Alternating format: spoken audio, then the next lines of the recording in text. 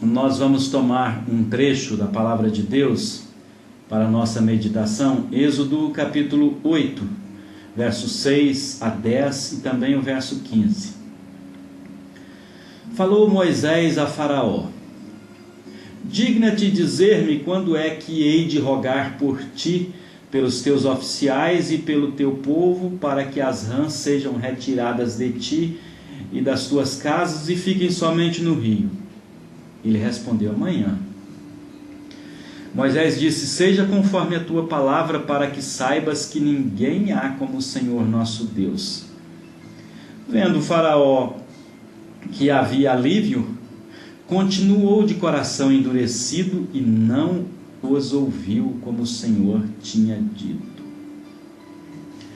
Quem sou eu? Sou o seu companheiro constante? Sou o seu grande ajudante? Ou sua carga mais pesada? Vou empurrá-lo para a frente ou arrastá-lo para o fracasso? Estou inteiramente sob seu comando.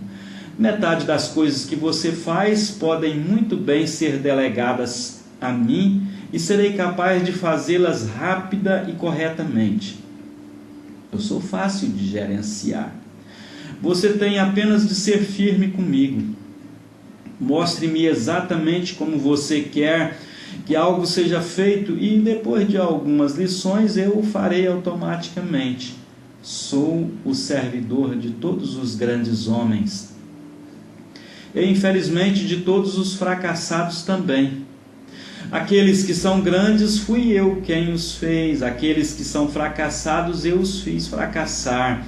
Não sou uma máquina, embora trabalhe com a precisão de uma máquina aliada à inteligência de um homem. Você pode me usar para obter lucro ou para arruinar-se. Para mim não faz diferença. Leve-me, ensine-me, seja firme comigo e colocarei o mundo aos seus pés. Seja condescendente comigo e o destruirei. Quem sou eu? Quem sou eu? Eu sou o hábito.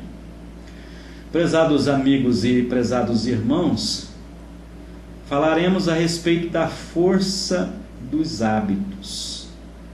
Por isso lemos o texto Quem sou eu?, onde o hábito mostra suas características. Alguém disse que os hábitos são como finos cabos que vão se juntando e engrossando, até formarem correntes que dificilmente podem ser rompidas. Horácio Mann declarou que o hábito é uma amarra. Nós a tecemos diariamente, fio por fio, a ponto de não conseguirmos mais rompê-la. Primeiro, declarou John Dryden, primeiro formamos os hábitos, depois os hábitos nos formam. O filósofo grego Aristóteles disse que a excelência é uma arte conquistada com treino e hábito. Não agimos certo porque temos virtuosidade, mas em vez disso nós temos a virtuosidade e excelência porque agimos certo. Somos, ele disse, somos o que repetidamente fazemos. Excelência, então, não é um ato, mas um hábito. J. Paul Getty, filantropo e fundador da Getty Oil Company, explicava: o indivíduo que quer chegar ao topo deve apreciar o poder e a força do hábito, deve romper com os hábitos que podem destruí-lo e apressar-se a adquirir as práticas que se transformarão nos hábitos que o ajudarão a conseguir o sucesso que deseja. Se os hábitos não se alinharem com o seu sonho, você precisa mudar os seus hábitos ou os seus sonhos. Veja, amigo, os hábitos basicamente se dividem em duas categorias. os formadores e os hábitos deformadores. Os hábitos formadores promovem o sucesso de quem os desenvolve. Já os deformadores acarretam o fracasso de quem os abriga em si. Os hábitos enraizam-se na mente e assim ditam a direção e intensidade da vida. Todos são unânimes em admitir que uma pessoa, não importa quem seja, é o resultado direto dos hábitos que desenvolveu. Assim, os hábitos influenciam seus resultados como um todo, sua vida familiar, intelectual, social, profissional, financeira. Os resultados ruins em todas estas áreas são lamentáveis, porque afetam a qualidade de sua vida inteira, em todos os seus dias. Há, todavia, uma área que precisa ser olhada com mais cuidado ainda. Esta é a espiritual. Ela, além de ter consequências no tempo, tem consequências que se prolongam por toda a eternidade.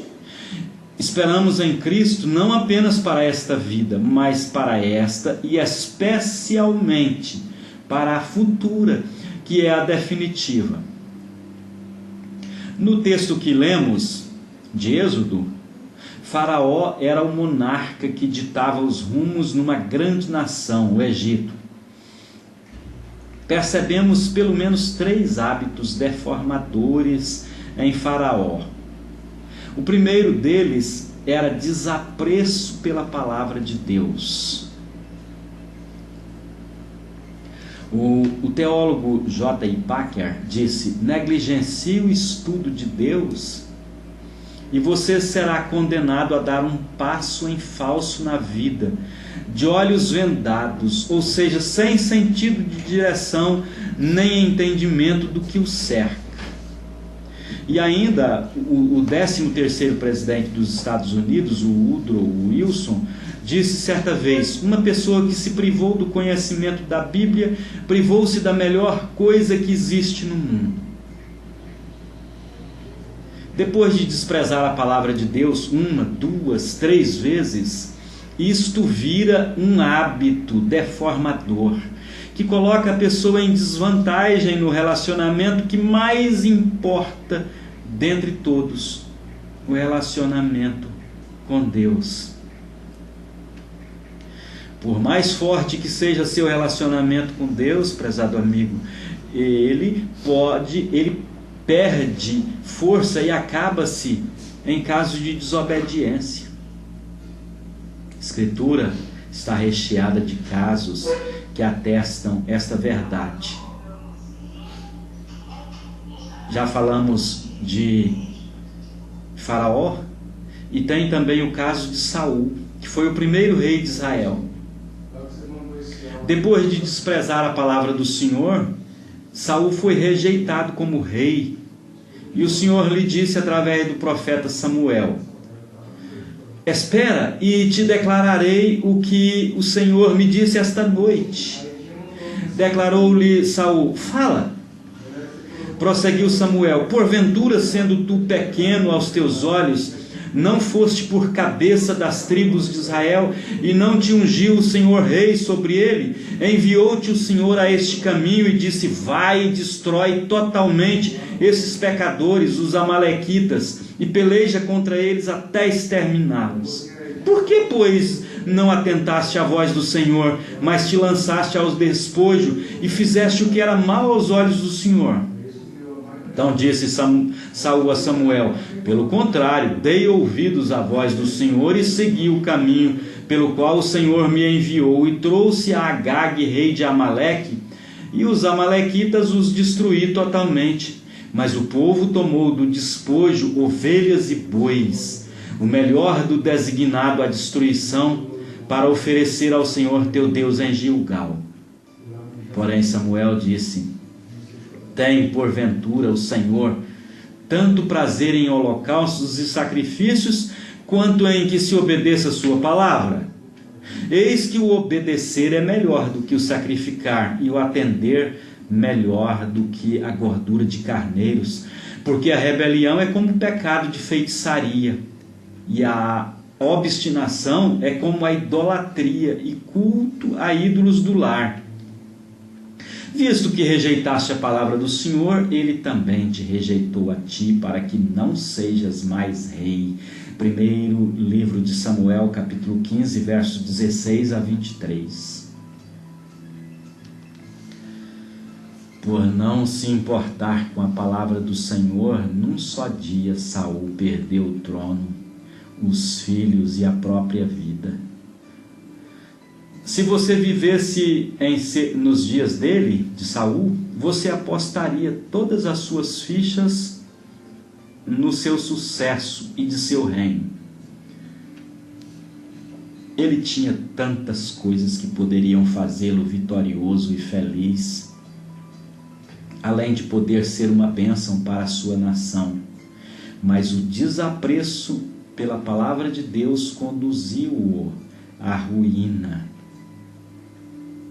Estamos dizendo que o desapreço por Deus e sua palavra pode se tornar um hábito. Em situações assim, Deus afirma: na verdade eu dissera que vos abençoaria, mas agora, longe de mim tal coisa, porque aos que me honram, honrarei, mas os que me desprezam também serão desmerecidos. É importante perceber, amigo, que o hábito, uma vez estabelecido, dificilmente pode ser quebrado. Ele precisa ser substituído por outro que vá na contramão dele mesmo, desse hábito. Assim, quem desenvolveu o hábito de desapreço pela palavra de Deus precisa colocar em seu lugar o hábito de atenção máximo à palavra de Deus. Portanto, espero que você faça isso. Dê muito apreço à palavra de Deus, à Bíblia, porque Jesus disse em João 5,39: examinais as Escrituras, porque julgais ter nelas a vida eterna, e são elas que testificam de mim. Agora nós ouviremos uma outra canção, Toda Lágrima.